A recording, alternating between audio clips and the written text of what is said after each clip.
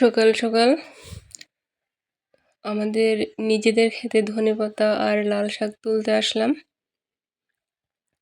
Hi everyone, আসসালামু আলাইকুম। কেমন আছেন সবাই? আশা করি সবাই ভালো আছেন। তো আপনাদের দোয়ায় ভালোবাসায় ও আল্লাহর রহমতে আলহামদুলিল্লাহ আমিও ভালো আছি। তো সবসময়ের মতো আজ আমি আপনাদের জন্য নতুন একটা ব্লগ ভিডিও নিয়ে আসলাম নিপা সিম্পল লাইফ স্টাইল থেকে। আশা করি পাশেই থাকবেন আর ভিডিওটা স্ক্রিপ্ট না কইরা পুরোপুরি দেখবেন, ইনশাআল্লাহ ভালো লাগবে। তো আমি সকালবেলাই আসতাম শাকগুলা তোলার জন্য, কিন্তু অনেক শিশির ভেজা ছিল, ওই কারণে পানি পড়েছিল, ওই কারণে আসি নাই। তো যখন একটু সূর্য উঠলো, তো এখন আইসা এই যে শাকগুলো তুলতেছি, লাল শাক আর ধনিয়া পাতা। তো মাশাআল্লাহ ধনিয়াগুলো অনেক বেশি হয়েছে আর লাল শাকগুলো অনেক বেশি হয়েছে। তো ওগুলো আইনা আমি এই যে কুইটা তারপর গ্যাসের চুলায় বসাই দিলাম। শাকগুলো আমি ভাজি করব। কার কাছে কেমন জানি না, তবে আমার কাছে লাল শাক ভাজি করলে একটু ভালো লাগে রান্নার থেকে। আবার অনেকে দেখা যায় রান্না করলেই ভালো লাগে। তো এক একজনের খাবার ধরন এক এক রকম। আমার কাছে ভাজিটাই কেন জানি ভালো লাগে। তো পাকঘরে রান্না করব সব কিছু, তো ভাবলাম আগে শাকটা একটু বসিয়ে দিয়ে গ্যাসের চুলায়, কারণ প্রচুর খিদা লাগছে। আগে কয়টা ভাত খাবো, ওই কারণে শাকটা একটু ভাজি করে নিতেছি। আসলে বাজার থেকে কিনা জিনিস আর নিজেদের জমির যে কোনো শাকসবজি নগদ তাজা তাজা তুইলা আইনা খাওয়ার মজাই আলাদা। তো বেসিক্যালি যারা গ্রামে থাকে তারা এর মজাটা বুঝে, যে যে কোনো শাকসবজি জমি থেকে নগদ নগদ তুইলা আইনা টাটকা টাটকা খাওয়ার আনন্দটাই অন্যরকম, আর স্বাদটাও অন্যরকম থাকে।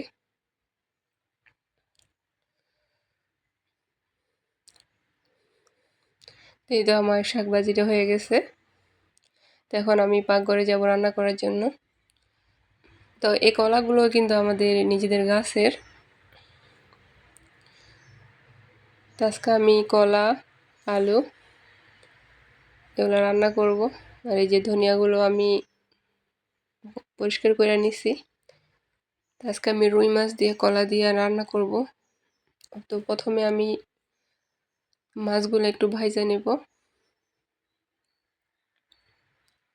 তো আমার ভিডিওগুলো আপনাদের কাছে যদি ভালো লাগে প্লিজ একটা লাইক কমেন্ট করবেন, আর পাশে থাকা বেল আইকনে একটা ক্লিক করবেন, যাতে পরবর্তীতে আমি ভিডিও আপলোড করার পর আপনাদের কাছে নোটিফিকেশন চলে যায়।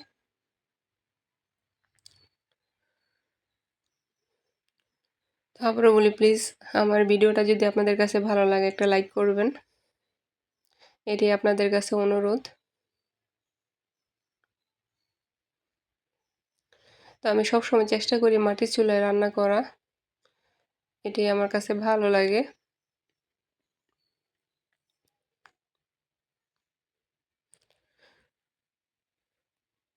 তারপরে এই যে আমি কলাটা কাইটা নিলাম, সাথে আলু। এখন আমি হালকা একটু সিদ্ধ করে নেব কলা আর আলুটা, সামান্য একটু হলুদ গুঁড়া দিয়ে, যাতে কলাতে যে এক্সট্রা কষ্ট থাকে ওটা যাতে একটু বের হয়ে যায়, এই কারণে একটু হলুদ অ্যাড করলাম।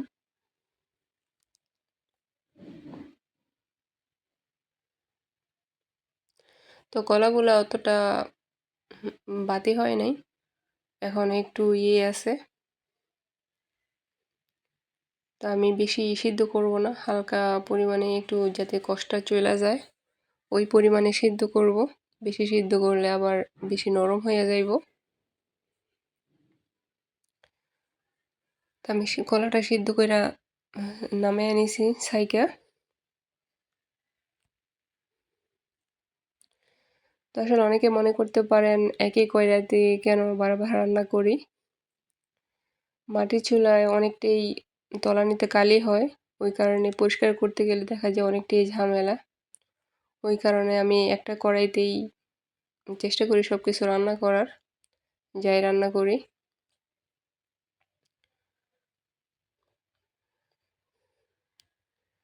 কারণ মাটির চুলাতে প্রচুর পরিমাণ তলানিতে কালি হয়, ওই কারণে একটাতে চেষ্টা করি রান্না করার। তো আমি পেঁয়াজটা সামান্য ভাজার পর রসুন বাটাটা দিয়ে দিলাম।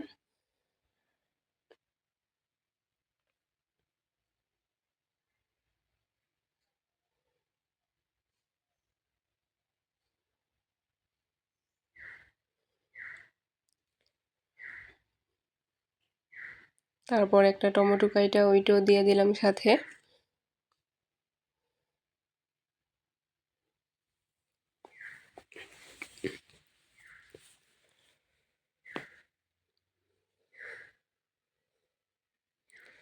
আসলে আমার ভিডিও করার কেউ থাকে না, আমি নিজেই একই ভিডিওগুলো করতে হয়, ওই কারণে অনেক সমস্যা হয়ে যায়।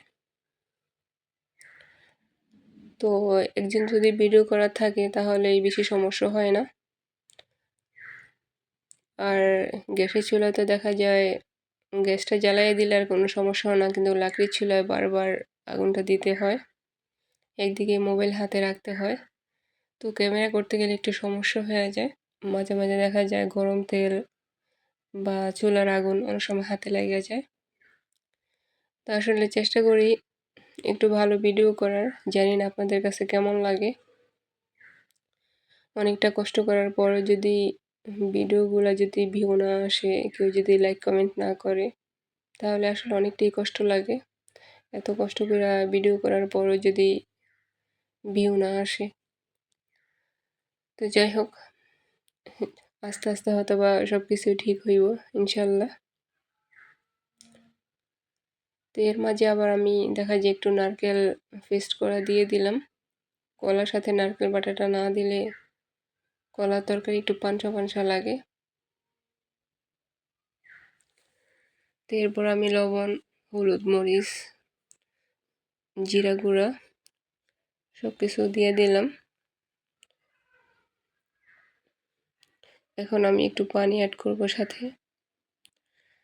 মশলাগুলা কষানোর জন্য।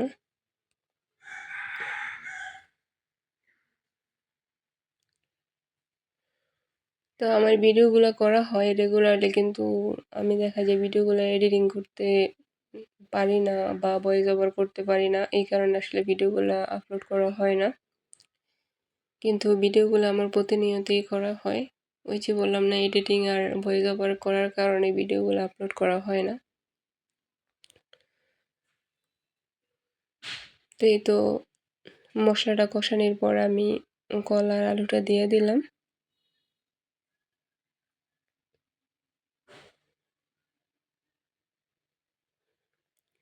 তো শীতের সকালে দিনটা খুবই ছোট হয়। সকালবেলা ঘুম থেকে উঠলে নাস্তা করতে করতে দেখা যায় 8:30 9টা বেজে যায়। আর এখন ডিসেম্বর মাস, ওই কারণে বেশি তাড়াহুড়া নেই, কারণ মেয়েদের স্কুল বন্ধ, ওই কারণে রান্না একটু লেট হইলেও বা নাস্তা একটু লেট হইলেও বেশি সমস্যা হয় না। তো আবার জানুয়ারি থেকে তাড়াহুড়া করতে হইব, কারণ তখন আবার স্কুল খোলা থাকবে, ওই কারণে বেশি তাড়াহুড়া করি না, রান্নাটা একটু দেরি হলেও সমস্যা হয় না।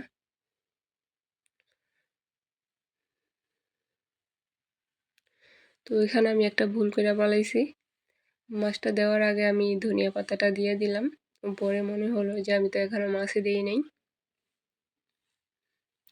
তো যাই হোক, রান্না তো হবেই, একসাথে হয়তো বা আগে দিতাম মাছ পরে দিতাম ধনিয়া, এখন আগে দিলাম ধনিয়া পরে দিব মাছ, উল্টোটা হয়ে গেল। তো যাই হোক, সমস্যা নেই।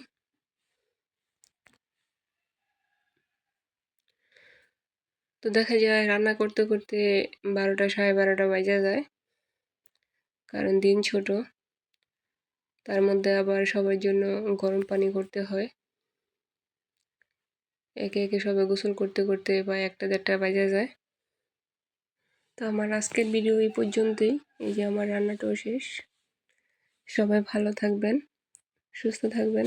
আল্লাহ হাফেজ।